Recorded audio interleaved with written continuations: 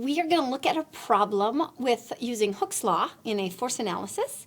And this problem reads, Toby was playing with his toy bulldozer, which has a mass of 1.2 kilograms. He attached a spring with a spring constant of 13 newtons per meter to the back of the bulldozer and then connected it to the wall. With the electric motor in the bulldozer was turned on, it stretched the spring for a distance of 0.4 meters, 5 meters before its tread, the bulldozer's tread, began to slip on the floor. What is the coefficient of friction? And is it static or kinetic? All right, so how do we approach a problem like this? Well, as with all of our force problems, this is a forces in motion problem. We want to identify the object. That's that bulldozer toy that Toby is playing with. Okay. And so then we're going to look at the forces that are acting on that object, how those interactions are, and draw our free body diagram. So let's draw a picture. Here's the wall. There's a spring connected to, I guess, the bulldozer. There's our bulldozer. We are told that the string is stretched from its natural length by 0.45 meters. So when it's compressed, it's now been stretched by 0.45 meters. Okay, so what are the forces acting on this bulldozer? Let's draw a free body diagram to represent those forces. So there's our bulldozer. We know that there is the force of gravity. That's between the bulldozer and the earth. That, of course, points down. So here's our force of gravity, and we know that's equal to mg. We certainly have the spring force. So we have the force of the spring. It's interacting with the bulldozer. And the spring has been stretched, and so it's pulling on the bulldozer in this direction to go back to its resting state. So there's the force of the spring. We know that the floor interacts with the bulldozer in a normal force way. So that's between the bulldozer and the floor, and that acts in the upward direction. And of course, we have the frictional force. So now how does the frictional force act? Well, we know the frictional force is between the bulldozer and the floor. And it would be causing the bulldozer to head in that direction, so it's acting in that direction. The tread would push on the floor, and the floor would be pushing back. So the frictional force is in the direction to the right. All right, so these are all the forces acting on the bulldozer. Now, is this kinetic friction or static friction? Do I put a little sub K or a little sub S? Well, the object is slipping relative to the surface, so it's sliding relative to the surface. So this would be kinetic friction. Even though the bulldozer isn't physically moving forward, if we look at the interaction between the tread and the floor, it's moving relative to the floor. It's slipping. And so that motion tells us it's kinetic. Okay. Next step of the process, we're going to number each of these forces, and then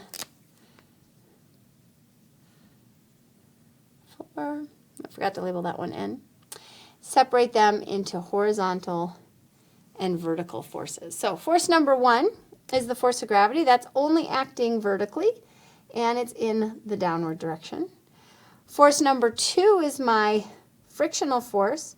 We know that's equal to mu, and it's a kinetic friction, N, and it's in the positive direction, only acting horizontally.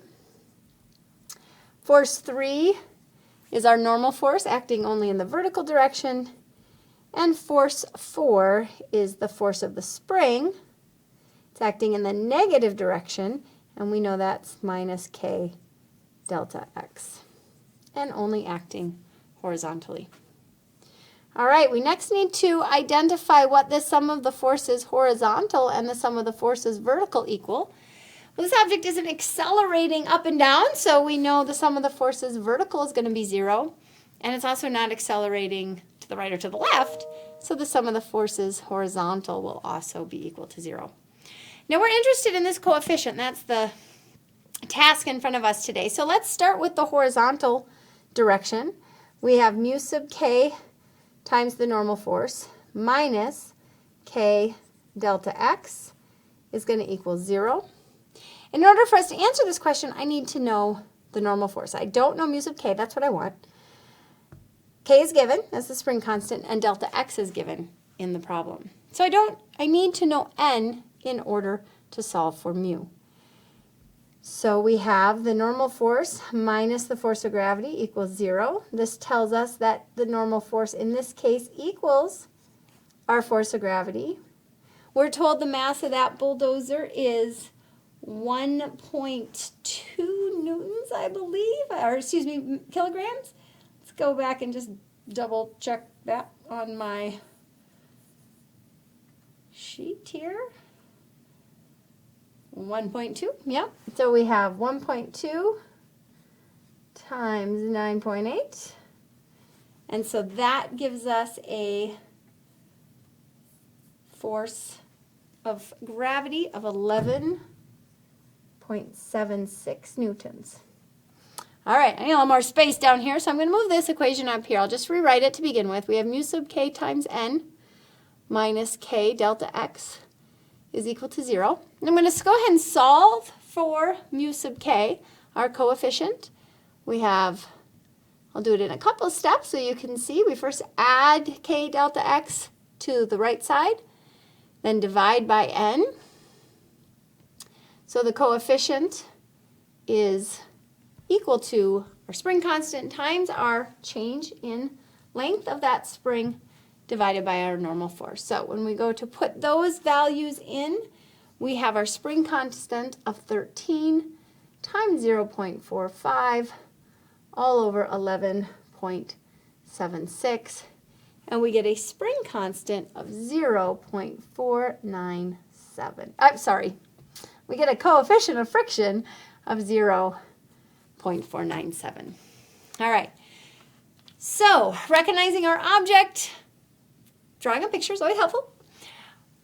Force interactions in a free body diagram are critical so that we understand where these forces are coming from and what direction they're acting in, separating them into that horizontal and vertical forces, and then solving for the coefficient that we're interested in, recognizing we're going to need the normal force at this point. We recognize to solve this problem we need the normal force, going in the vertical direction to get that normal force, and finishing up. All right, good job.